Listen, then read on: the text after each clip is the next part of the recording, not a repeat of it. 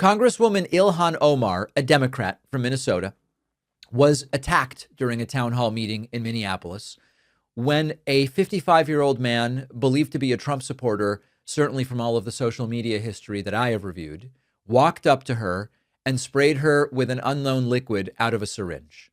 The attacker was very quickly tackled and arrested, charged with third-degree assault. Ilhan Omar appears to be physically unharmed. It happened as she was talking about abolishing ICE and calling for Secretary of Homeland Security Kristi Noem to resign after the killing of Alex Preddy. This was not a random moment in a vacuum. This is political violence in the middle of an inflamed crisis. Trump has been attacking Ilhan Omar.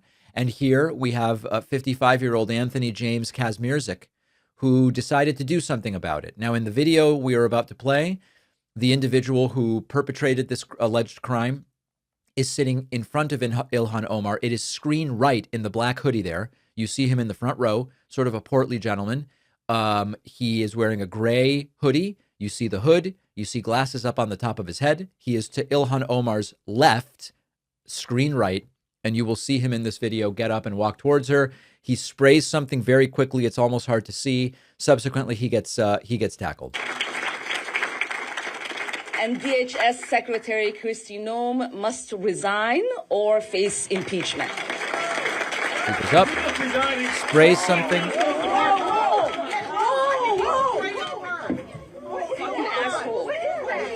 I don't know. So now the guy's on the ground. You hear people saying he sprayed you. What was that? Ilhan Omar says she doesn't know. I need a napkin to know nothing.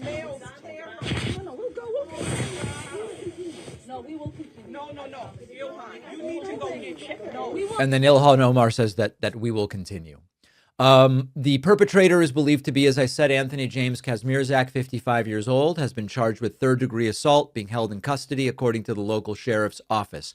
He appears to be a Trump supporter. I looked at the guy's social media littered with pictures of Trump and Erica Kirk retweeting Elon Musk and all sorts of other stuff. Now, Trump's reaction, rather than to condemn this, rather than to say this is unacceptable in a society that has laws and we will enforce law and order. No, Donald Trump did something very different. He said, quote, "I think she's a fraud. She probably had herself sprayed knowing her." Which, of course, incites more violence. Hours before the attack, Trump was mocking Ilhan Omar, attacking her background, deriding her country of origin, and dehumanizing terms. And so that's the environment where someone walks up and sprays a member of Congress at a public event. Trump turns around and says, she set it up. She brought it on herself. She staged it. And this is how political violence gets normalized. Leaders do set the tone. And when a president treats political opponents as illegitimate or dangerous or deserving of harm, unstable people take that seriously. This is stochastic violence in practice. Now, on Friday, I'm going to deal with that concept in the discussion of my earlier in the week comments, that this entire thing is going to get an ICE agent killed. Some of you wrote in and said, David, are you saying that the protesters are violent? No. What I'm saying is that probabilistically, certain environmental inputs are likely to lead to certain outputs. And when Trump is spending so much time creating an atmosphere where attacking Ilhan Omar feels justified or funny or somehow righteous, and then when there is an attack, instead of condemning it, he suggests the victim set it up, that is probabilistically going to lead to such attacks. It sends a signal. It tells supporters that the violence is understandable. The victims are the problem. This is all very acceptable. And that leads to more violence rather than less. Imagine anyone in your own life responding to an assault by saying the victim probably deserved it or even set it up themselves and thinking, yeah, normal human reaction. It is sociopathic politics. It is extraordinarily dangerous. And we're watching a pattern emerge. Federal agents kill civilians. Trump blames the civilians. A congresswoman is assaulted. Trump blames the congresswoman. Protesters get threatened. Trump cheers the threats. This is very far from law and order. It is an authoritarian narrative management system that blames the victim and defends the powerful. It escalates the conflict. And then again, it will blame the next set of victims and defend the powerful. and the consequences are completely predictable. People see political violence being minimized or even in some cases encouraged. And then the next person says, I'm going to go even further. I'm going to take this even further. Look at history.